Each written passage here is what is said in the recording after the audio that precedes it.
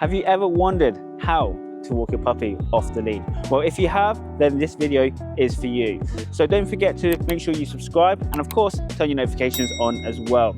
So guys, these are the top seven tips to get your puppy walking off lead with you today.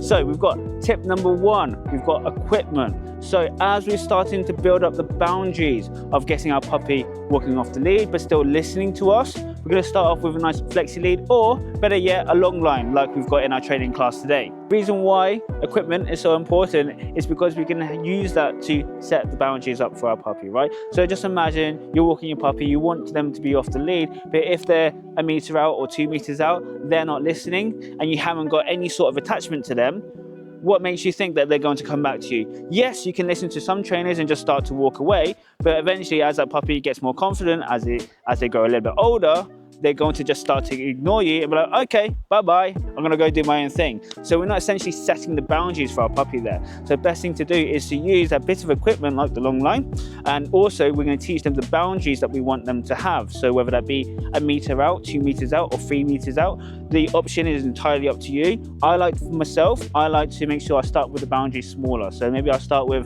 a 3 meter boundary. Every time my puppy goes near that 3 meter boundary, I'm calling them back. As they come back to me, I start to incorporate some fun training games, which we'll go into on another tip.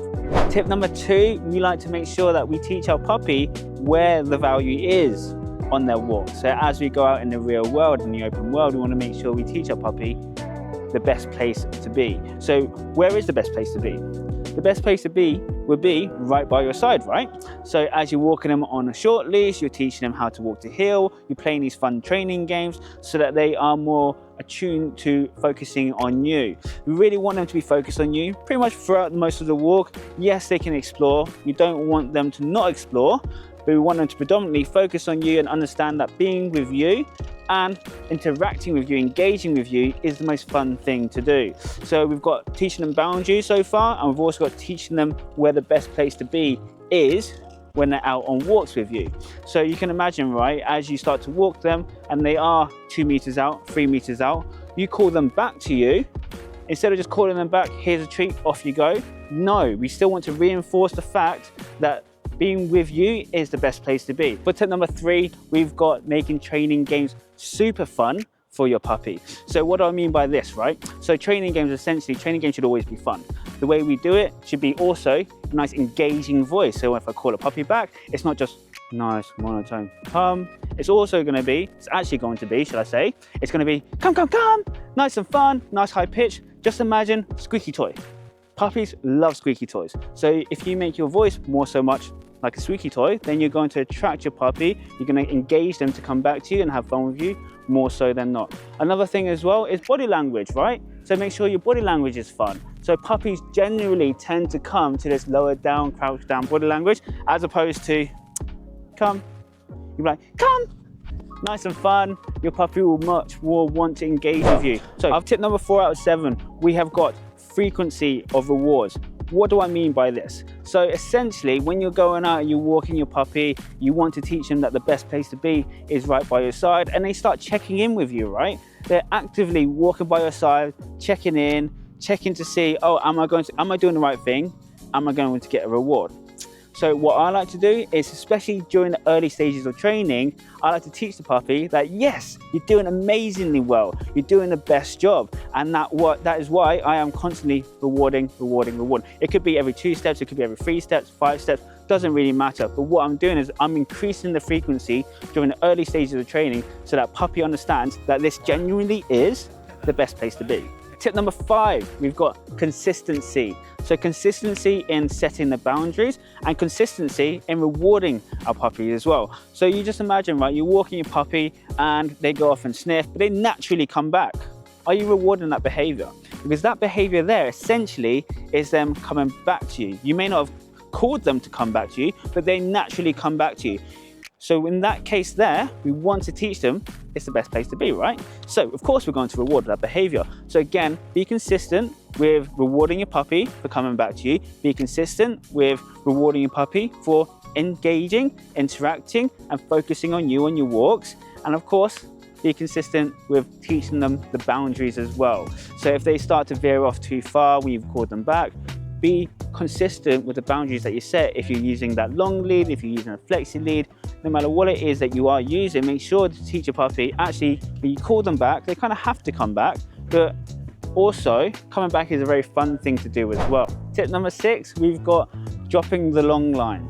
So you're walking your puppy on a long line, they're doing really well whilst you're handling that long line. Perhaps they're now coming back when called without you having to even install that physical boundary. So now your puppy is coming back consistently because you've consistently added in those boundaries, you've consistently rewarded your puppy for coming back, so they're coming back quite naturally, right? So now what we're going to do, we're going to start to drop that long line, and we're just going to have it close by, close enough that if we need to step on it, we can step on that long line. So that's a very, very key point, and a really, really important tip here is you essentially want to go hands-free, but to do that, you still have to have somewhat of that physical boundary there in case you need it, right? So this is where you can drop the long line, you can do your hill walking, you can do some find it with recall games, you can send your dog away or send your puppy away, they can go have a little sniff, you can call them back to you. But if they do start to veer off, and you ask them for their attention and they're not paying you that attention, perhaps they're distracted, perhaps they're sniffing, whatever they're doing, you can still have that physical boundary by stepping on the long line as well. So tip number 7 is a really important one. What we've got here, we've now got a puppy who is walking on a dropped long line. They're very reliable in their recall, they're very reliable in focusing on us for a duration of time. So what we're going to start to do now is start to chop that long line down ever so slightly each time we take them out for a walk, because their recalls are so reliable, right? So we're going to start to chop that long line down. To them, it's going to feel a little bit lighter, but they're not really going to feel the difference because we're only chopping it down ever so slightly each day. And so eventually, after X amount of days, you've now got only 1.5 meters of line on them, 1 meter of line, 0.5 meter of line, until eventually now, your puppy has no line whatsoever, yet they're still reliably coming back to you when called. And that is the top 7 tips for getting your puppy to walk off leash with you.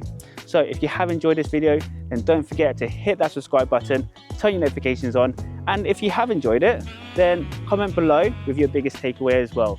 Myself and the team would love to hear what your opinions are, so make sure to comment as well.